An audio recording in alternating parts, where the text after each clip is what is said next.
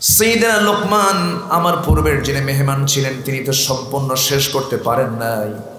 এর মধ্যে তার সন্তানদেরকে যে নসিহতগুলো দিয়েছেন এর মধ্যে একটা বিষয় ছিল, সেটা হলো ইয়া বুনাইয়া ইন্নাহা ইয়াতাকু মিসকালা হাববাতিন মিন খারদালিন ফাতাকু ফি সাখরাতিন আও ফিস সামাওয়াতি আও ফিল আরদ ইয়াতি বিহাল্লাহ ইন্নাল্লাহা লাতীফুন খাবীর।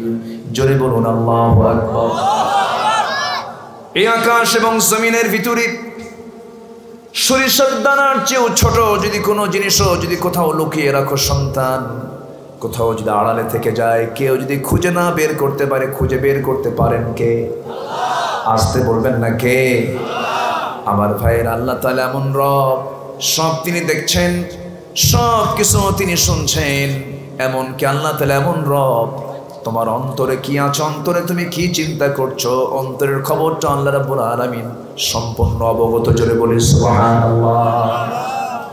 মা তুখফি সুদুরিকুম, তোমাদের অন্তরে তোমরা যা গোপন করেছো এটাও কে জানেন?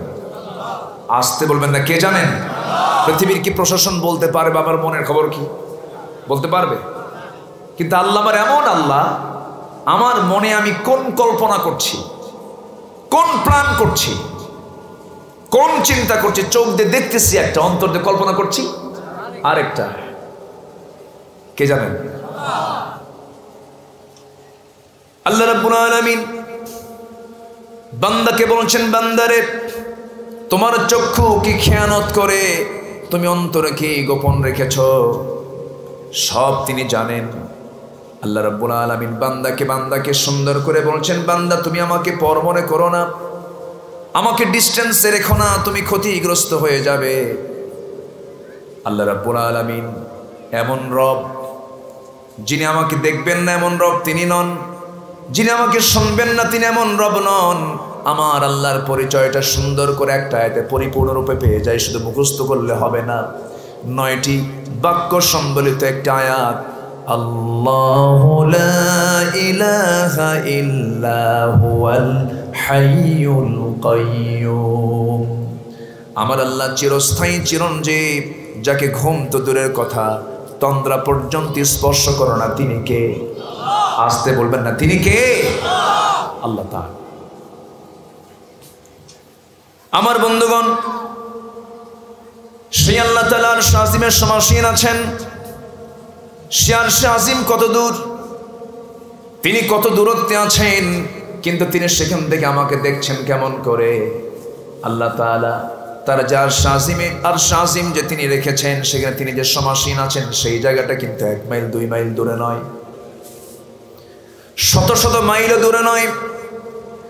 আমার আপনার মাথা খেলবে না এত ডিস্টেন্স। আমরা যে পৃথিবীতে বসে আছি, এই পৃথিবী থেকে সবচেয়ে কাছের জায়গা হলো, আমাদের চোখে পড়ে হলো মেঘমালা। মেঘমালার উপরে আমরা দেখতে পাই দিনের বেলা সূর্য, রাতের বেলা দেখতে পাই চাঁদ, এবং জোনাকির মতো দেখতে পাই তারকাগুলো। এরপর আমরা দিনের বেলা দেখতে পাই ব্লু স্কাই, এই নীলাকাশ দেখতে পাই। এই তো আমাদের দেখার দৌড় শেষ। আমার আল্লাহ কত দূরে, কত উপরে, সবার উপরে থাকার কারণে একটা সূরার নামকরণ আল্লাহ রাব্বুল আলামিন করেছেন। সেই সূরাটা হলো সাব্বিহিসমা রাব্বিকাল আ'লা আল্লাযী খালাকা ফাসাওয়া ওয়াল্লাযী কদ্দারা ফাহাদা ওয়াল্লাযী আখরাজাল মারআ। জোরে বলুন আল্লাহু আকবার। তুমি তোমার সেই মহান রবের পবিত্রতা ঘোষণা করো, সেই মহান রবের তোমরা তাসবিহ জপো, যিনি সবার উপরে, তিনি শুধু উপরে না সবার উপরে। এখানে আলেম ওলামা আছেন, আলা মানে হলো উপর, আলা মানে কি? উপর। আলা ইসমে তাফসীরের সিগা, সুপারলেটিভ ডিগ্রি, শুধু উপরে না সবার উপরে, সবার উপরে তিনি। সাব্বিহিসমা রাব্বিকাল আ'লা, সেই মহান রবের তুমি পবিত্রতা ঘোষণা করো, যিনি সবার উপরে। সেই মহান রবকে তুমি জানার চেষ্টা করো, কত উপরে তিনি। আমরা যে সূর্য দেখতে পাই, সূর্য বড় না পৃথিবী বড়? বলেন সূর্য বড় না পৃথিবী বড়? সূর্য বড়, কিন্তু দেখতে দেখতে সূর্যটাকে ছোট মনে হয়। মনে হয় কোনো মেহমান এসেছেন। জি, বসুন, মানুষকে আগে নেব। লোকজন আসলে তো আমার দেশে আবার একটা ট্র্যাডিশন আছে, ভালো আছে, আমার দেশে একটা ট্র্যাডিশন হলো জুমার আজান হয় হলো 12:15, মুসল্লি হাজির হয় কখন? একদম নামাজ যখন শুরু হবে তার আগে। খুব সময় সচেতন আমরা, তাই না? এটা আমাদের ডিস্টার্ব করছে না, ফ্যান দেওয়া যাবে না, ফ্যান দিয়ে। কিন্তু না, জুমার দিনে যে বান্দা সবার আগে মসজিদে আসবে, আল্লাহ তাআলা তাকে একটা উট কুরবানির সওয়াব দিয়ে দেন। জোরে বলে সুবহানাল্লাহ। তাহলে এই একটা অফার কে দিয়ে রেখেছেন? এর মানে কি ভালো কাজে দেরি করো না, তাড়াতাড়ি করো। ওয়াসারিউ ইলা মাগফিরাতিম মির রাব্বিকুম ওয়া জান্নাতিন আরদুহা আস-সামাওয়াতি ওয়াল আরদ। ভালো কাজে দৌড় মারো। ফজর নামাজে আমরা জায়গা পাই না, আমাদের মধ্যে অনেকেই জায়গা পায় না, হয় না এরকম? আসতে বলবেন না, আসে না? নাই? আচ্ছা, হ্যাঁ, রফি আল কলম, 3 শ্রেণীর জন্য কলম উঠে নেওয়া হয়েছে। এর মধ্যে 1 নম্বর শ্রেণী হলো যে ব্যক্তি ঘুমন্ত, নিদ্রিত ব্যক্তির জন্য কোনো কলম লেখা হবে না। জায়গা পান নাই, যখন জায়গা পাবেন তখন উঠি নামাজটা পড়ে নেবেন, আলহামদুলিল্লাহ। নাম্বার 2 হলো শিশু ব্যক্তির জন্য, শিশুর জন্য কোনো কলম হবে না, কলম লেখা হবে না, কলমকে তুলে নেওয়া হয়। রুফি আল কালাম, কলম তুলে নেওয়া হয়েছে। নাম্বার 3 হলো মস্তিষ্ক বিকৃত পাগল, তার কোনো হিসাব হবে না, তার কোনো হিসাব কাউন্ট হবে না, লেখা হবে না। ঘুমের জন্য ফজর কাজা হলো। ব্রাজিল আর্জেন্টিনার খেলা যদি 3টায় হয়, 2:30টায় বান্দা ঠিকই জায়গা পায়। আসতে কোন কেন? ঠিক কিনা? জায়গা পেয়ে যায়। আল্লাহ তাআলা প্রত্যেক বান্দার মাথায় অ্যালার্ম সেট করে রেখেছেন মার পেট থেকে। প্রত্যেকটা মাথায় অ্যালার্ম আছে, একটা সিগন্যাল আছে। ওই সিগন্যালে যদি আপনি সিগন্যাল 1 করে যদি আপনি বিছানায় চলে যান যে আমি আজকে ফজর নামাজ পড়ার জন্য 5:45-এ উঠব, এই সিগন্যালটা যদি আপনি 1 করে ব্রেনের সেট আপ দিয়ে যদি আপনি ঘুমিয়ে পড়েন, আপনি ঠিক ওই সময় উঠবেন। এটা মেডিকেল সায়েন্স বলছে। ব্রাজিল আর্জেন্টিনার খেলা হবে, কারো কি ঘুম কাজা হয়? কি কারো কি ঘুম নষ্ট হয়? খেলা কাজা হয়? খেলা কিন্তু ঠিকই দেখা হয়। গতকালকে আমার মাহফিল ছিল, 1টায় খেলা হবে। মাহফিল কমিটির অনুরোধ, হুজুর 12টার মধ্যে মাহফিল শেষ করেন।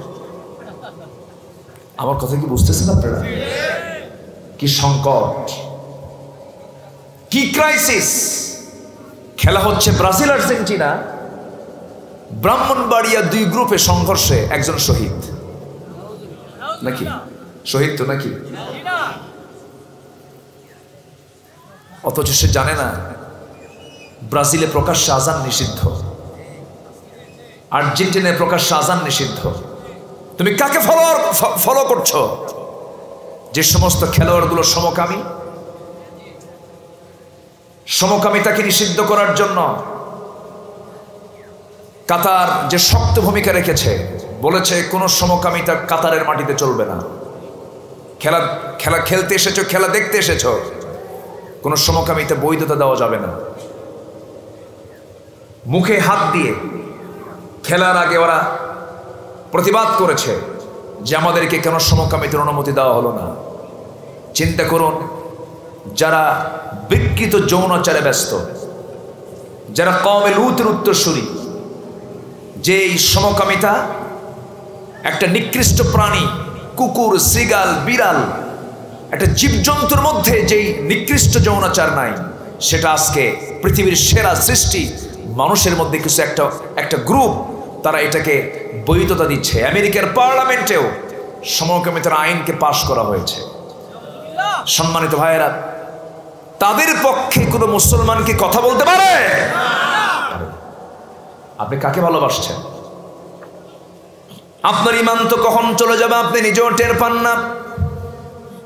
মান আহাব্বা লিল্লাহ ওয়া আবগাদা লিল্লাহ ওয়া আ'তা লিল্লাহ ওয়া মানআ লিল্লাহ ফাকাদ ইসতাকমালাল ঈমান।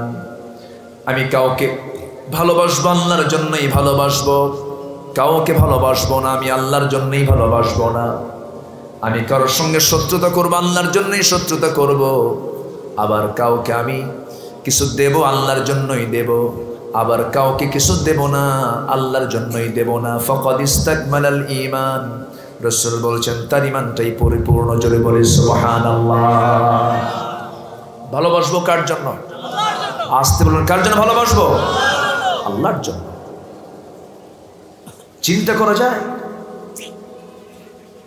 মদের বোতল নিয়ে যাদের দিন কাটে, সমকামিতার মতো নিকৃষ্ট একটি জঘন্য কাজের সঙ্গে যারা জড়িত, তাদের প্রতি আপনার মুসলমান আপনার এত পীড়িত হবে কেন? বন্ধুত্ব হবে কেন? আমার বন্ধুত্বের এক নাম্বার জায়গা হলো কে? আসতে বলবেন না কে? আল্লাহ যাকে ভালোবাসবেন না আমি তাকে ভালোবাসতে পারি? আমি তাকে ভালোবাসতে পারি না।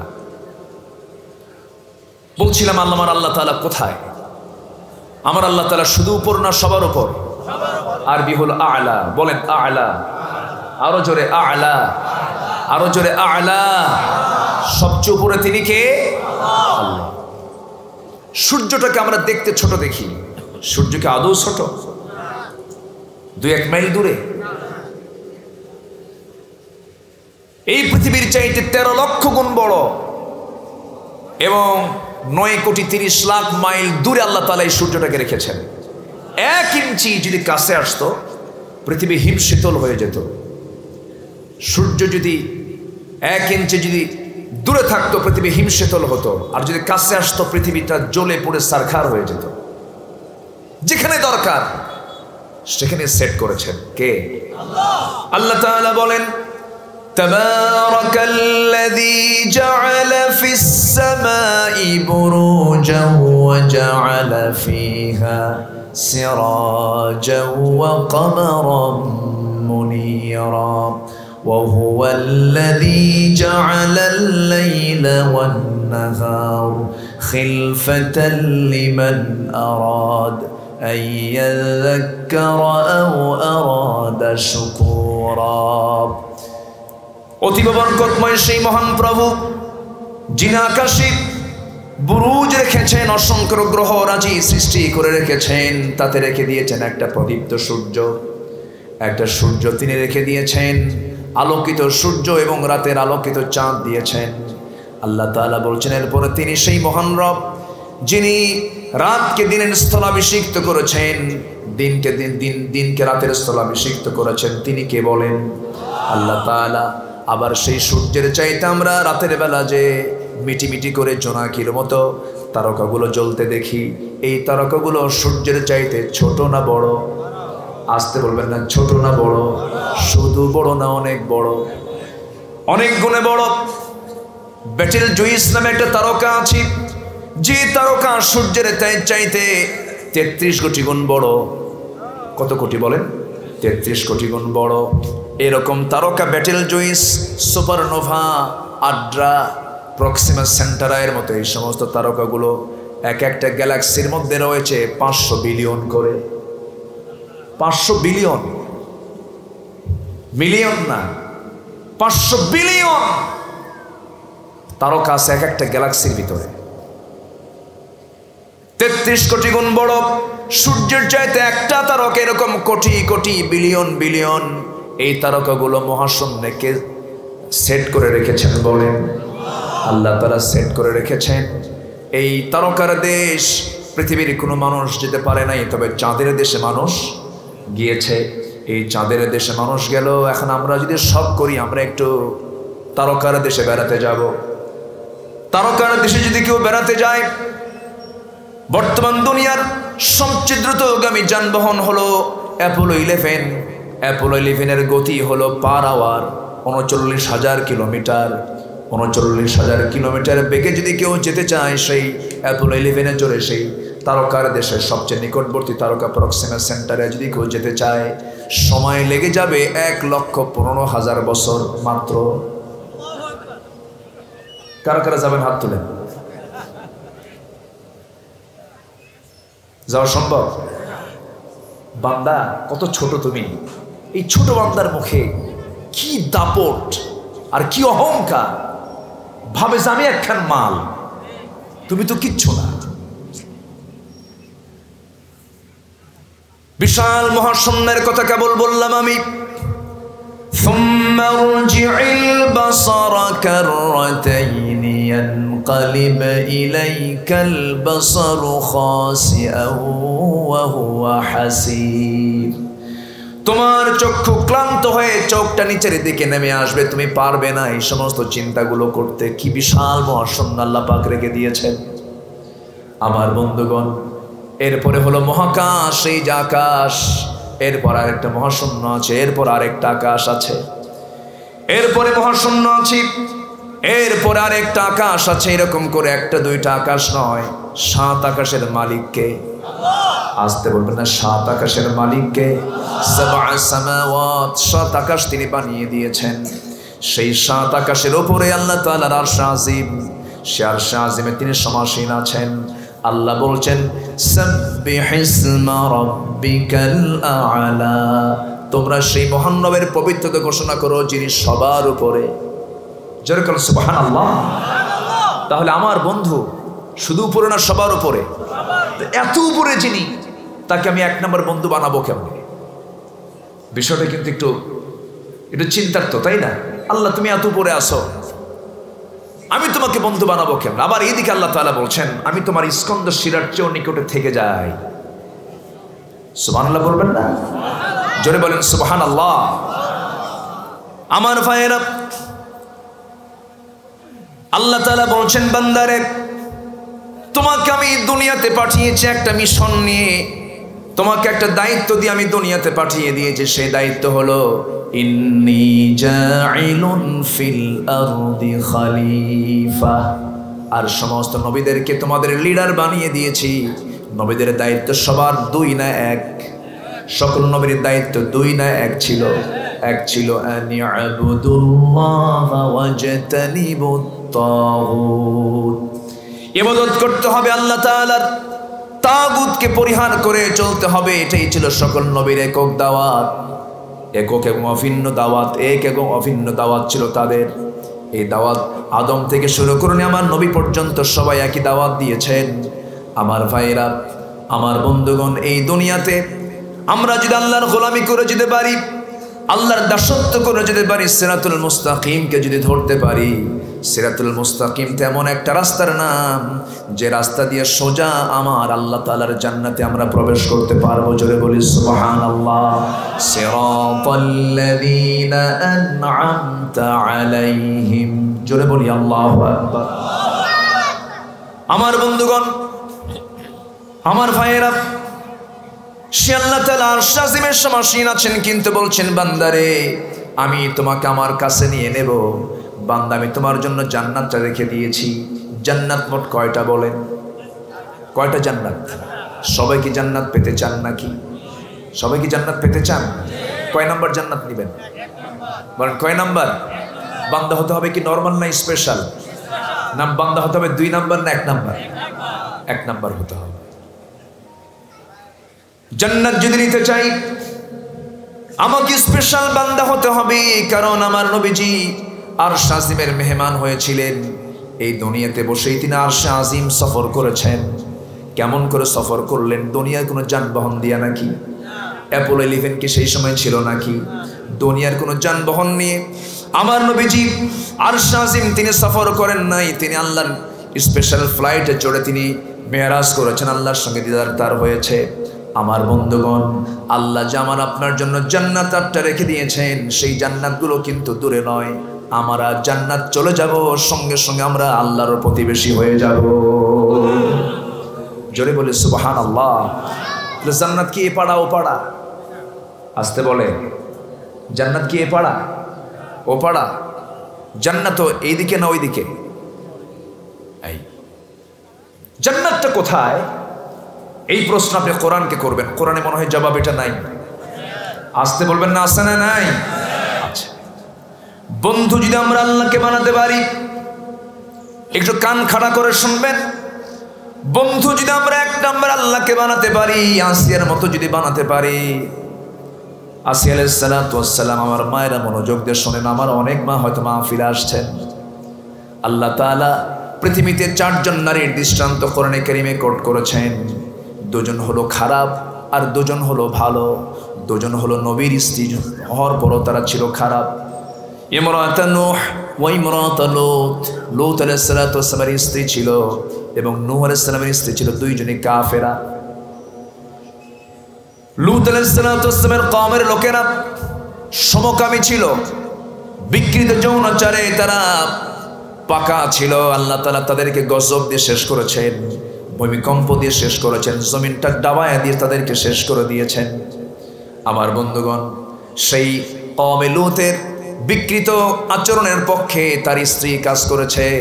একজন নবীর স্ত্রী হওয়ার পরেও নূহ আলাইহিস সালাতু ওয়াস সালামের স্ত্রী, তার সে নবীর স্ত্রী হওয়ার পরেও সে নবীর বিরুদ্ধে কথা বলেছে।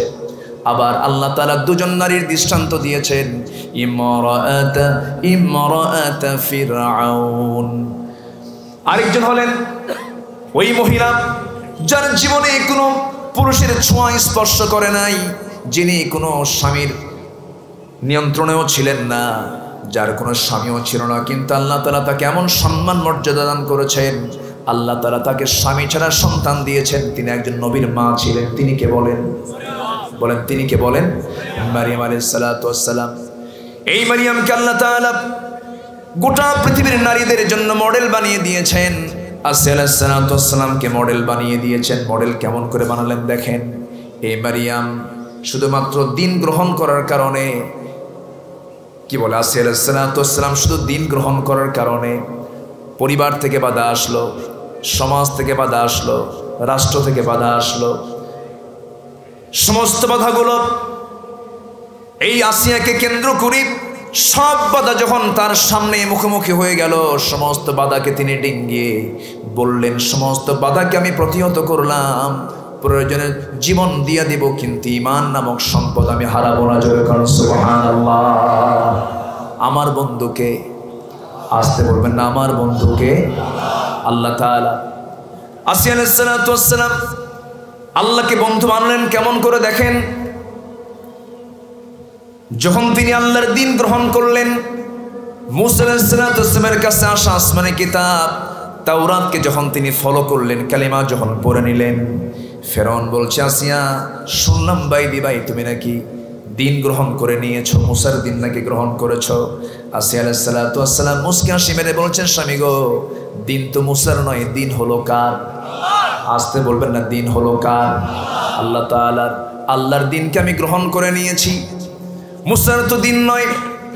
আমি তো মূসার কোনো কর্মকাণ্ডকে আমি বিশ্বাস করি নাই, কারণ মূসার তো নিজের কোনো দিন নয়। মূসা আল্লাহর পক্ষ থেকে মনোনীত নবী, আল্লাহ তাকে রাসূল করে দুনিয়াতে পাঠিয়েছেন, আমি তাকে রাসূল হিসেবে বিশ্বাস করি। কিন্তু মূসার তৈরি করা বিধান তো ইসলাম নয়। ইসলামটা কার? আসতে বলবেন না, ইসলামটা কার? আল্লাহ তাআলার।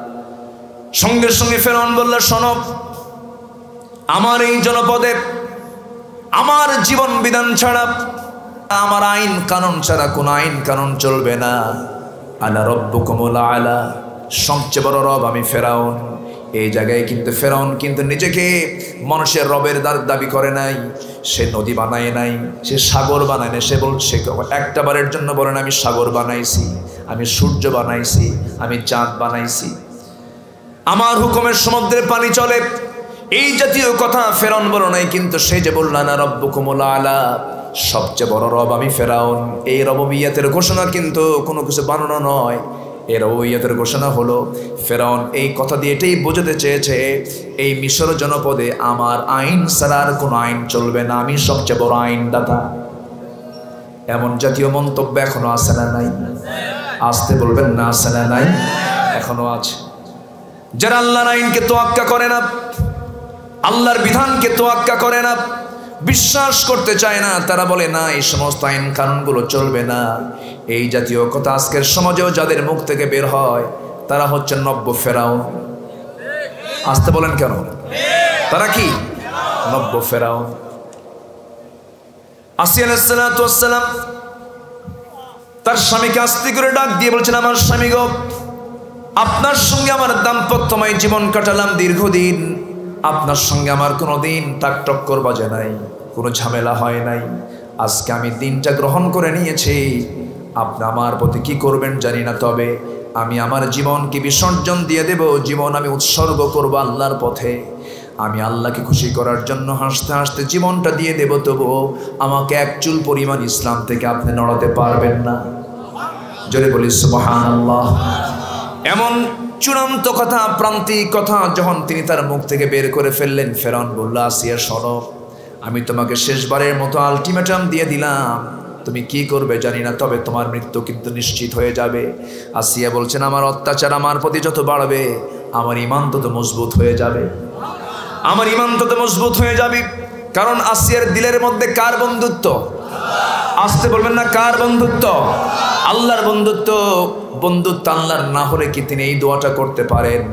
যখন তাকে মারার প্রস্তুতি নিয়ে নিল সবাই যখন সমস্ত ফেরাউন যখন তার সমস্ত মন্ত্রী পরিষদ নিয়ে বসেছে, হামান সহ সবার সিদ্ধান্ত একটাই, কোনো ক্রমেই আসিয়াকে বাঁচানো যাবে না, আপনার সামনে সে বাধার প্রাচীর হয়ে দাঁড়িয়ে যাবে, ওকে শুরুতেই দুনিয়া থেকে বিদায় করে দিতে হবে। চূড়ান্ত মাস্টার প্ল্যান যখন হয়ে গেল, জাল্লাদ যখন রেডি করা হলো, এসেই তার ডান হাতটা কেটে ফেলা হলো, অঙ্গহানি করা হলো, রক্তাক্ত করা হলো। আসিয়া আলাইহিস সালাতু ওয়াস সালামকে বলো, আসিয়া হাত ছাড়াও মানুষ বাঁচে, তুমি কি করবে বলো? আসিয়া বলছেন, একটাই কথা, তোমরা আমাকে টুকরো টুকরো করে দিবা, আল্লাহর দিন থেকে তোমরা আমাকে সরাতে পারবে না। আসিয়া আলাইহিস সালাতু ওয়াস সালামকে শেষ পর্যন্ত জাল্লাদ সামনে দাঁড়িয়ে গেল, করাত নিল। করাত কি? করাত নিল। অধিকাংশ তাফসীর এসেছে করাতটা নিয়ে যখন তার মাথার কাছে না হলো, মাথা থেকে যখন শুরু করবে করাত দিয়ে যখন তার মাথাটা চিরে ফেলা হবে, তিনি দেখছেন যে কোনো মুহূর্তে আমি দুনিয়া থেকে বিদায় নিয়ে নিচ্ছে, রক্তাক্ত দেহ নিয়া। একটু হাতটা উঁচু করে আকাশের দিকে, চোখটা উঁচু করে চোখটা আকাশের দিকে নিয়া, চোখ অশ্রু ভেজা চক্ষু নিয়া আল্লাহর কাছে যে দোয়াটা করেছেন, সেই দোয়া আল্লাহর দরবারে এত সুন্দর মঞ্জুর হয়ে গেছে, এটা ওই মানুষের পক্ষে কখনো বলা সম্ভব নয় যতক্ষণ না সে তার আল্লাহকে এক নম্বর বন্ধু না বানাতে পারবে। এত সুন্দর করে তিনি চাইলেন, কি সুন্দর তিনি দোয়াটা করলেন। সেই দোয়াটা আল্লাহ রাব্বুল আলামিন, তার কিতাব ছিল তাওরাত, অথচ তার দোয়াটা স্থান পেল কোরআনে কারীমের ভিতরে। সূরা তাহরিমের মধ্যে তিনি সুন্দর করে দোয়া করছেন। কি দোয়া দেখেন, এত সুন্দর করে দোয়া করছেন, রব্বি বিনিলি ইনদাকা বাইতান ফিল জান্নাহ ওয়া নাজ্জিনি মিন ফিরআউনা ওয়া আমালিহি। আয় আল্লাহ তাআলা, তুমি আমার জন্য বানিয়ে দেবে ইনদাকা, তোমার কাছে। ইনদাকা মানে তোমার কাছে। কাকে বলতেছেন? কাকে বলতেছেন? বন্ধু কয় নাম্বার? আসতে বলবেন না, বন্ধু কয় নাম্বার? রব্বি বিনিলি ইনদাকা, তুমি আমার জন্য বানায় দেবে ইনদাকা, তোমার কাছে। বাইতান, বুয়ুতুনের বহুবচন বাইতান, অসংখ্য ঘর আমি নেব না, আমাকে তুমি একটা ঘর, ছোট্ট ঘর দিবা, ইনদাকা তোমার কাছে, ফিল জান্নাহ, জান্নাতের মধ্যে। কিন্তু জান্নাত এমন জায়গায় চাই যে জান্নাতটা তোমার কাছে থাকবে। জোরে বলে সুবহানাল্লাহ। জান্নাত কার কাছে? আসতে বলবেন না, কার কাছে? আল্লাহর কাছে। ইনদাকা বাইতান ফিল জান্নাহ, আমি তোমার কাছে ছোট্ট একটা ঘর জান্নাতের মধ্যে পেতে চাই। ওয়ানাজ্জিনি মিন ফিরাউন, এবং তুমি আমাকে ফেরাউন থেকে বাঁচাও, তার অপকর্ম থেকে আমাকে বাঁচাও। এই দোয়া করলেন। দোয়া করতে করতে জীবন প্রদীপ নিভে গেল। দুনিয়া থেকে বিদায় নিয়ে দুনিয়ার সমস্ত নরনারীকে এটাই শিক্ষা জানান দিলেন, ও দুনিয়ার সকল ইমানদারেরা, বন্ধুত্ব যদি করতে হয় এমন বন্ধুত্ব গড়ে তোলো, তোমার এক নম্বর বন্ধু কার সাথে? আসতে বলবেন না, কার সাথে? আল্লাহর সাথে। পৃথিবীর সব দরবার ব্যর্থ, কোন দরবার আমাকে 100% কোনো কিছু দিতে পারবে না, কিন্তু যিনি আমাকে 100% দিতে পারবেন তিনি আমার কে বলেন? আমার চোখ দিয়েছেন কে? আমার কান দিয়েছেন কে? আমার হাত দিয়েছেন কে? আমার পা দিয়েছেন কে? আমার কিডনি দিয়েছেন কে? আমার লাংস দিয়েছেন কে? আমার হার্ট নিয়ন্ত্রণ করেন কে? আমার রক্ত প্রবাহ, আমার রক্তনালী চালান কে? আল্লাহ তাআলা আমার সবকিছু চালান। এই দুইটা চোখ দিয়েছেন, এত দামি দুইটা চোখ আল্লাহ রাব্বুল আলামিন দিয়ে দিলেন। এই চোখ যেন নষ্ট না হয়, চোখের মধ্যে আল্লাহ তাআলা প্রত্যেকটা চোখে 20 লক্ষ করে পার্স দিয়েছেন, পেছনে 1,70,000 করে রগ দিয়েছেন, এবং চোখের মধ্যে আল্লাহ তাআলা অটো মেশিন দিয়েছেন। আমার চোখে যেন ভাইরাস না ঢোকে সেই জন্য অয়েন্টমেন্ট দিয়ে রেখেছেন চোখের ভিতরে। মার পেট থেকে সেই মেশিন নিয়ে চলে এসেছি। আমার বন্ধুগণ, ধুলাবালি চোখের মধ্যে ঢুকলেই চোখ থেকে কি বের হয়? আসতে বলুন, কি বের হয়? এই পানিটা বের হওয়ার মেশিন আছে না নাই? এই মেশিনটা কে চালান? আসতে বলবেন না, কে চালান? আল্লাহ চালান। ওই মেশিনটা আল্লাহ তাআলা চালু করে দেন যেন বান্দার চোখ যেন নষ্ট না হয়ে যায়। আমার এক বন্ধু মালয়েশিয়ায় থাকে, মালয়েশিয়া গিয়েছিলাম, বন্ধুর চট করে হাতটা ধরলাম, হাত ধরে দেখি এখানে মেশিন লাগানো হাতে। বললাম, বন্ধু তোমার হাতে এটি কিসের মেশিন? বলতেছে, আমার কিডনি দুটাই নষ্ট হয়ে গেছে। কিডনি যখন নষ্ট হয়ে গেছে তখন মেশিনটা লাগাই দিয়েছে। আর কি করতে হয়? সপ্তাহে একদিন হসপিটালে যেতে হয়, ডায়ালিসিস করতে হয়। দুই হাতে ইনজেকশন ঢুকায় দেয়, সমস্ত রক্তগুলো ডায়ালিসিস মেশিনের মধ্যে নিয়ে ফাটায় দেয়। ডায়ালিসিস করতে হয় রক্তগুলো, কি তাছাড়া বন্ধু আমি বাঁচবো না। এই ডায়ালিসিস মেশিনটার ওজন হলো 100 কেজি। মানুষ কিডনির বিকল্প ডায়ালিসিস মেশিন তৈরি করেছে যার ওজন হলো 100 কেজি। আল্লাহ তাআলা প্রত্যেকটা বান্দার দেহের মধ্যে 2টা করে মেশিন দিয়েছেন, কিডনি দিয়েছেন, যার মধ্যে 10 লক্ষ 20 লক্ষ সাকনি দিয়ে দিয়েছেন, এবং সেই কিডনির ওজন মাত্র 200 গ্রাম। একটু জোরে বলি সুবহানাল্লাহ। কত গ্রাম? আর মানুষ বানাইছে কয় কেজি বলেন? 100 কেজি। আমাদের ওজন কয় কেজি? আমাদের ওজন হলো 80 কেজি। যদি এমনটা হতো, আল্লাহ তাআলা আমার ওজনটা 80 কেজি করে দিয়েছেন কিন্তু কিডনিটা ভিন্ন, তাহলে কিডনির ওজন যদি 100 কেজি হয়, আপনি চলবেন না কিডনি নিয়ে চলবেন? অসুবিধা হতো। আল্লাযী খালাকা ফাসাওয়া, আল্লাযী খালাকাকা ফাসাওয়াকা ফাআদালাক ফি আইয়ি সূরাতিন মা শাআ রাক্কাবাক। জোরে বলুন আল্লাহু আকবার। তাহলে যিনি আমার লাংস চালান, যিনি আমার হার্ট চালান, ইয়াসআলুনাকা আনির রূহ কুলির রূহু মিন আমরি রাব্বি, যিনি আমার হার্ট চালান, যিনি আমার দেহ চালান, যিনি আমার চোখ চালান, যিনি আমার হাত চালান, পা চালান, তিনি আমার 1 নম্বর বন্ধু না 2 নম্বর বন্ধু? আমার 1 নম্বর বন্ধুকে। চোখ বানিয়ে দিয়েছেন কে? কান বানিয়ে দিয়েছেন কে? চোখ দিয়ে দেখে কে? আল্লাহ। আল্লাহ দেখে চোখ দিয়ে না? আচ্ছা, সূর্যের তাপ কি আমার মুখে লাগতেছে নাকি? এ তো চরম অসুবিধা হয়ে গেল। সম্মানিত ভাইয়েরা, একটা ছাতা ধরলে মনে হতো একটু দাঁড়ায়। সম্মানিত উপস্থিতি, কষ্ট হচ্ছে নাকি আপনাদের? জিকির করুন লা ইলাহা, আরো জোরে লা ইলাহা, আরো জোরে লা ইলাহা, লা ইলাহা ইল্লাল্লাহু মুহাম্মাদুর রাসূলুল্লাহ সাল্লাল্লাহু আলাইহি ওয়াসাল্লাম। বন্ধু হবে কয়জন? মোট কয়জন? মোট বন্ধু কয়জন?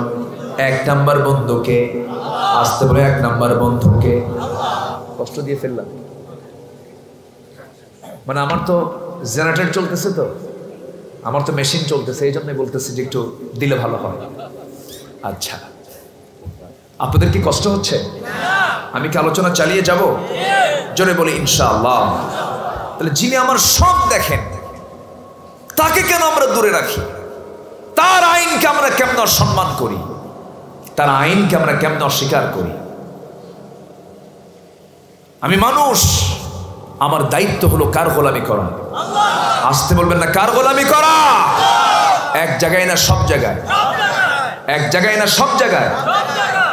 মসজিদের ইমাম যদি নামাজ পড়তে নিয়ে 2 রাকাত নামাজ 3 রাকাত করে, ফজরের নামাজ পড়বেন কেন? 1 রাকাত তো বেশি পড়লো, সব বেশি হওয়ার কথা। মানবেন? এই বিধান আল্লাহ। 2 রাকাত বিধান কে দিয়েছেন? 3 রাকাত কি হবে? যদি 3 রাকাত 1 রাকাত বাড়ায় দেয় তখন কি নামাজ পড়বো? আচ্ছা, ইমাম সাহেব সূরা ফাতিহা আগে না দিয়ে যদি কুলহু দিয়ে শুরু করে, পড়বেন? কুলহু চিনেন তো? অনেকে কুলহু পারে কিন্তু সূরা ইখলাস পারে না, এজন্য কুলহু কইছে। আচ্ছা, সূরা ইখলাস দিয়ে নামাজ শুরু করলে নামাজ হবে না, শুরু করতে হবে কোন সূরা দিয়া? ফাতিহা দিয়া। একই সূরা একটু মুকদ্দম মুআক্খার করেছে, মুকদ্দম সূরা ইখলাস করে মুআক্খার সূরা ফাতিহা করেছে, আপনি পিছনে আপনি সহ্য করতে পারবেন না, তখন আপনি কি করবেন? লোকমা দিবেন যে নামাজ হচ্ছে না, আপনি ঠিক করুন। একবার দিলেন, দুবার দিলেন, তিনবার দিলেন, তাও শুনে না ইমাম, তখন কি করুন? সে কি তখন ইমাম থাকে না স্বৈরাচার? সে কি ইমাম না স্বৈরাচার? স্বৈরাচার। এই স্বৈরাচার কেমন সরাবেন কেমনে? অধিকাংশ ইমামরা বলেছেন ওই সময় মুসল্লির দায়িত্ব হলো নামাজটাকে ছেড়ে দিয়ে ওই স্বৈরাচারের পিছনে যে মুসল্লিটা আছে সে সবার আগে নামাজটা ছেড়ে দিয়া স্বৈরাচারের ঘাটটা ধরে মটকা দিয়া ধাক্কা মেরে মসজিদ থেকে বের করে দেবে, ঠিক কিনা? কারণ সে লঙ্ঘন করেছে কার বিধান? আসতে বলবেন না, কার বিধান? ইমাম যদি তার সূরাটাকে একটু এলোমেলো করার কারণে ইমামের বিরুদ্ধে যদি এমন অ্যাকশন নেওয়া হয়, লোকমা ধরা হয়, লোকমা দেওয়া হয়, সমাজেরও কিছু ইমাম আছে না নাই? আসতে বলবেন না, আছে না নাই? এরা যদি আল্লাহর বিরুদ্ধে কোনো আইন তৈরি করে, আল্লাহর বিরুদ্ধে যদি কোনো কথা বলে, সেই জায়গায় ঘাড় মটকায় দেওয়া তো ইমানের দাবি, ঠিক কিনা? এই জায়গায় তো আমরা চুপ থাকি, এই জায়গায় তো আমরা কথা বলতে পারি না। এই জায়গায় কথা বলতে গেলেই তা'মুরুনা বিল মা'রুফ ওয়া তানহাউনা আনিল মুনকার, এই কাজ আপনি যখন করতে যাবেন তখন আপনাকে শুনতে হবে গালিগালাজ, তখন আপনার উপরে আসবে হামলা মামলা, তখন আপনার উপর আসবে ঝড় ঝাপটা, তখন আপনার উপরে বাতিলদের রক্তচক্ষু আপনাকে চড়াও করে আপনাকে তাড়া দেওয়ার চেষ্টা করবে, হত্যা করার চেষ্টা করবে, আপনার বিভিন্ন হুমকি ধামকি আপনার সামনে চলে আসবে, কিন্তু এক পায়ে দাঁড়িয়ে দাঁড়িয়ে যেতে হবে কার জন্য? আসতে বলবেন না, কার জন্য? আল্লাহর জন্য। শুধু নামাজ 5 ওয়াক্ত আদায় করার জন্য এত বড় কোরআন নাজিলের কোনো প্রয়োজন ছিল না। আপনি 5 ওয়াক্ত নামাজ পড়বেন, আমার রাসূল 5 ওয়াক্ত শুধু নামাজ পড়বেন আবু জেহেল রাষ্ট্র চালাবে, তা হতে পারে না। আপনি শুধু 5 ওয়াক্ত নামাজ পড়বেন, সমাজে সুদ চালু থাকবে, জিনা চালু থাকবে, মদের বোতল চালু থাকবে, এটা হতে পারে না। সম্মানিত ভাইয়েরা, আল্লাহ তাআলা আমাকে যে ডিউটি দিয়েছেন সেই ডিউটি আমাকে পালন করতে হবে, তাহলে বন্ধুত্বের হক আদায় হবে। আমার বন্ধুকে, আসতে বলবেন, আমার বন্ধুকে 1 নম্বর আল্লাহ, নম্বর 2 হচ্ছেন মুহাম্মদ সাল্লাল্লাহু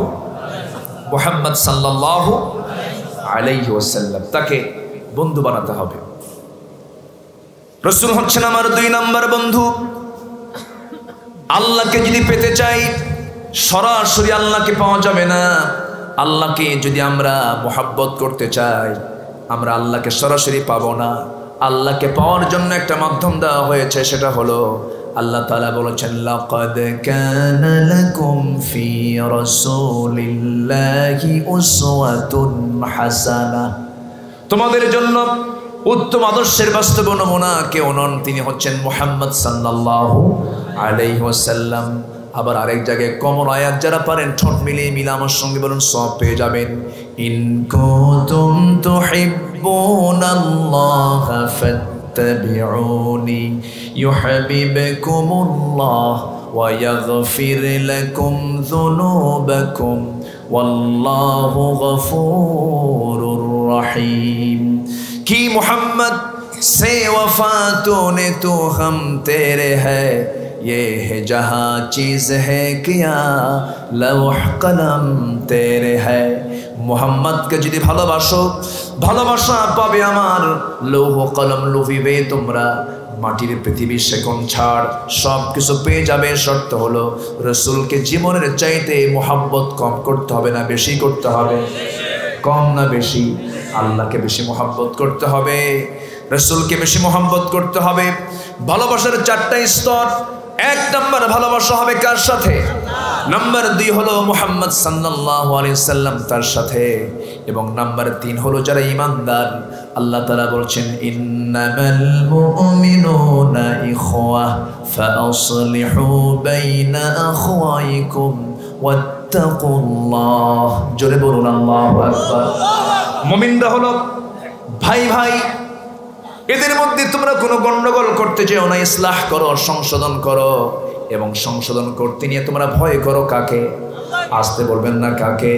আল্লাহকে। এই জন্য 2 নম্বর বন্ধু হবে আমার নবী মুহাম্মদ সাল্লাল্লাহু আলাইহি ওয়াসাল্লাম। বন্ধু হওয়া মানে নবীজি যে মডেলটা দিয়েছেন আমার আপনার জন্য, রাসূল যেমন করে খেয়েছেন, রাসূল যেমন করে ঘুমিয়েছেন, রাসূল যেমন করে ব্যবসা করেছেন, রাসূল যেমন করে চাকরি করেছেন, রাসূল যেমন করে নামাজ পড়েছেন, রাসূল যেমন করে পরিবার চালিয়েছেন, রাসূল যেমন করে সমাজ চালিয়েছেন, রাসূল যেমন করে রাষ্ট্র চালিয়েছেন, তার উল্টা করে কোনো কিছু চালালে এটা মহব্বত হবে? এটা বন্ধুত্ব হবে? রাসূল যা করেছেন আমাকে তাই করতে হবে। যেমন দেখেন আমার দেশের কিছু যুবকরা এখন খেলা চলছে, দেখবেন যুবকদের গায়ে জার্সি আছে না নাই বলেন? এই জার্সি পড়েছে কেন? এই জার্সি তার প্রিয় দলের জার্সি, প্রিয় লোকটা জার্সিটা পরে, এটা তার মহাব্বত, এটা তার মহাব্বত, ঠিক কিনা বলেন? এটা তার মহাব্বত। একজন প্রশ্ন করতেছে আমাকে, হুজুর জার্সি, খেলার জার্সি পরে কি নামাজ পড়া জায়েজ আছে? দেখেন প্রশ্নের সাইজ দেখেন, জার্সি ছাড়বে না, প্রয়োজনে খেলা মানে প্রয়োজনে নামাজ ছাড়বে, জার্সি ছাড়বে না। জার্সি পরে কি খেলা জায়েজ আছে? আমাকে এক যুবক প্রশ্ন করতেছে বেশ কিছুদিন আগের কথা ফোনে, হুজুর একটা মেয়ের সাথে আমার দীর্ঘদিনের 2 বছরের রিলেশন, সম্পর্ক, অনেক গভীর সম্পর্ক হুজুর আমাদের সাথে, কিন্তু মেয়েটা আমাকে শেষ পর্যন্ত ফাঁকি দিয়ে চলেই গেল, হুজুর ওর কি এর জন্য গুনাহ হবে না? প্রশ্নের সাইজ দেখছেন আপনি? মানুষ যখন পাপ করে তখন সে নির্লজ্জ হয়ে যায়, ঠিক কিনা? পাপের ফলাফল হলো তার লজ্জা থাকে। ইযা লাম তাস্তাহি ফাসনা মা শিতা, যখন তোমার লজ্জা থাকবে না তখন তুমি যা ইচ্ছা তাই করতে পারবে। আজকে মানুষ পাপ করতে করতে পাপ আর পাপ মনে হচ্ছে না। আমার আপনার চোখের সামনে একটা পরপুরুষ পরনারীকে নিয়ে হাঁটছে, আমার চোখে বাজে না, কিছু মনে হচ্ছে না, এটা উলঙ্গ পোশাক পরে বের হচ্ছে, আমার চোখে এটা লাগতেছে না। কেন? এটা আমার জন্য ইজি হয়ে গেছে। কিন্তু পাপ কি কখনো ইজি হতে পারে? কোনো পাপ কি সহজ মনে করা যাবে? যাবে না। পাপ করলে তার মধ্যে 7টা ক্ষতিকর দিক চলে আসে। যে পাপ করবে তাকে 7টা ক্ষতিকর দিক তাকে ঘেরাও করে ফেলবে, 7টা ক্ষতি হবে তার।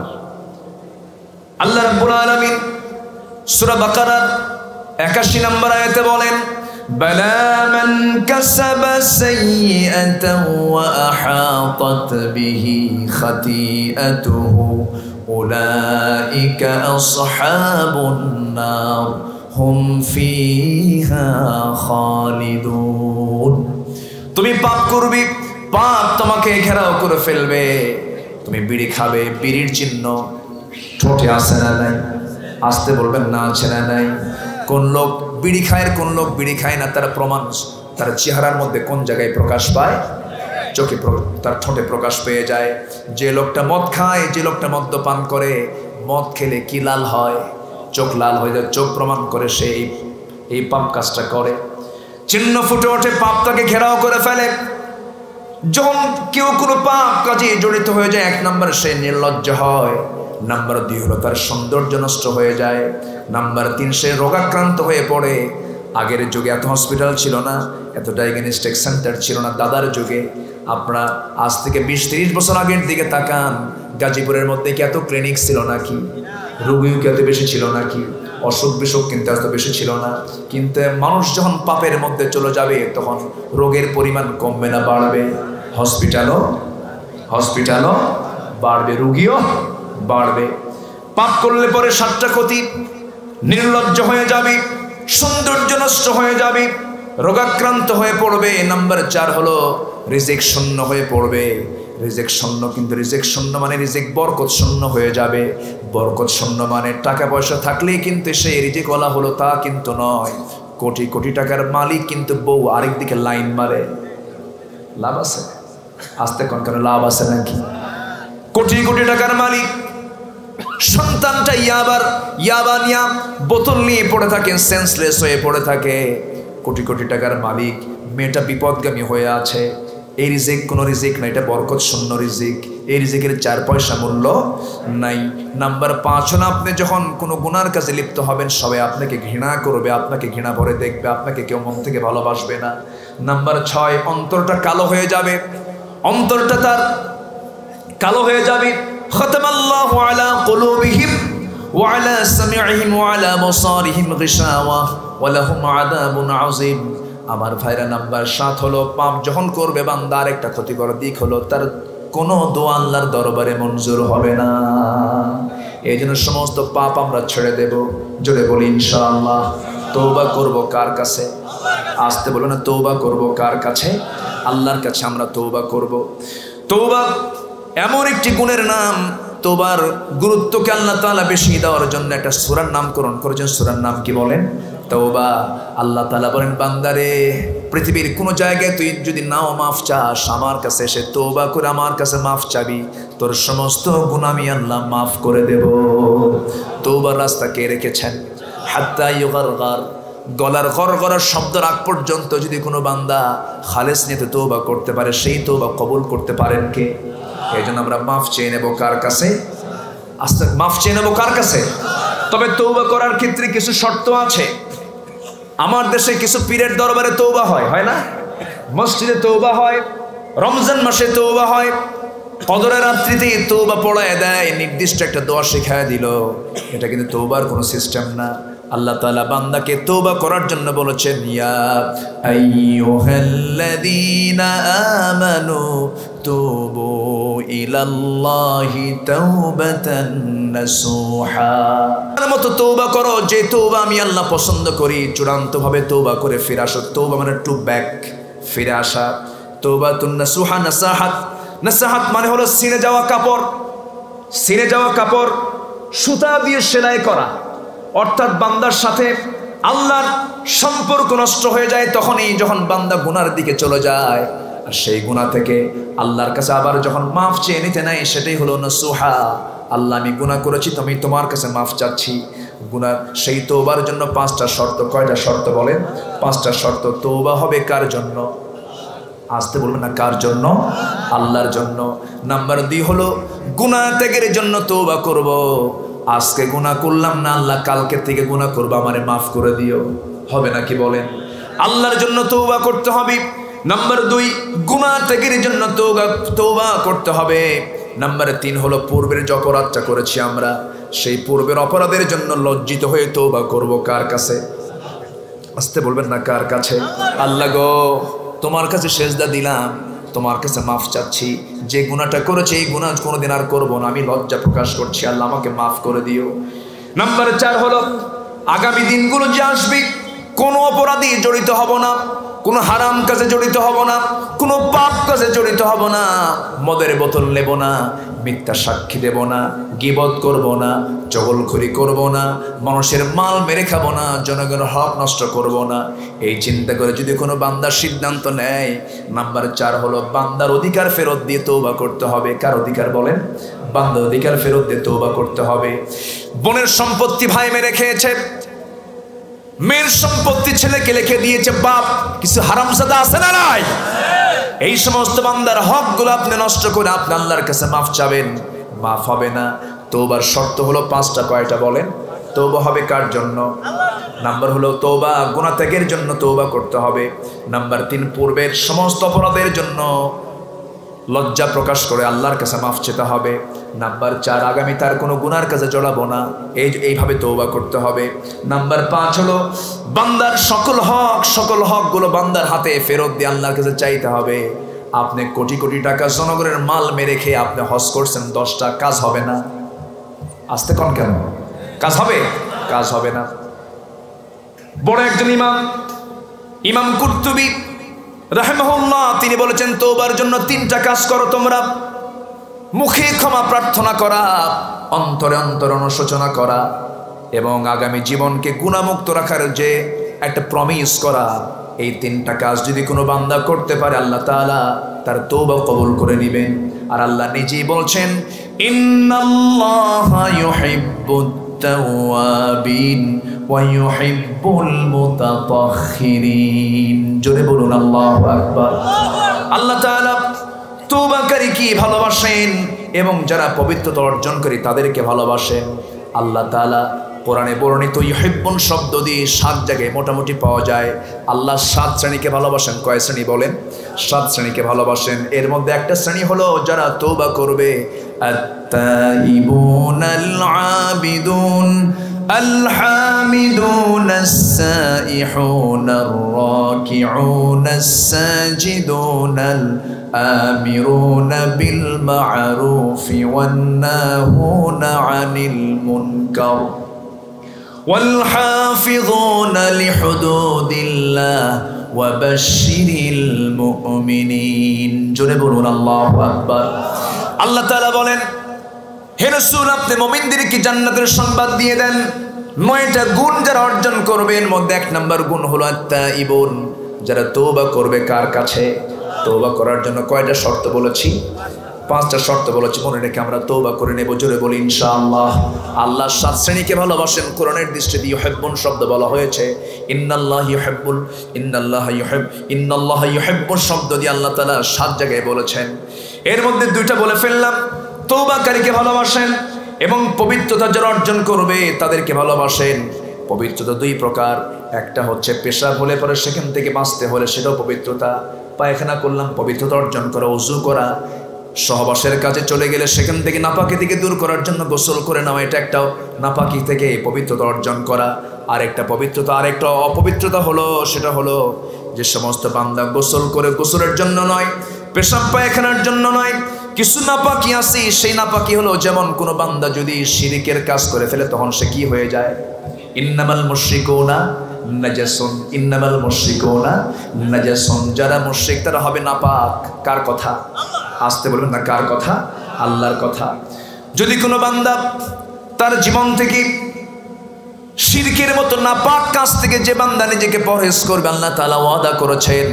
আল্লাহ তাআলা বলছেন, আল্লাহ তাআলা সুন্দর করে বলছেন, ওয়াল্লাযীনা আমানু ওয়া লাম ইয়ালবিসু ঈমানাহুম বিযুলমিন উলাইকা লাহুমুল আমনু ওয়া হুম মুহতাদুন।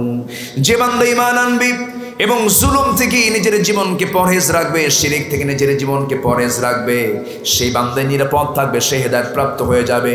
এই জন্য আল্লাহ তাআলা শিরকের সমস্ত গুনাহগুলো ছাড়া, আল্লাহ তাআলা শিরকের গুনাহ আল্লাহ তাআলা কখনো মাফ করবেন না। সমস্ত গুনাহ আল্লাহ তাআলা মাফ করতে পারেন, কিন্তু শিরকের গুনাহ মাফ হবেই না। কার কথা? আসতে বলুন না, কার কথা? কারণ শিরকটা হলো নাপাক। শিরকটা কি? নাপাক, মারাত্মক নাপাকি কাজ।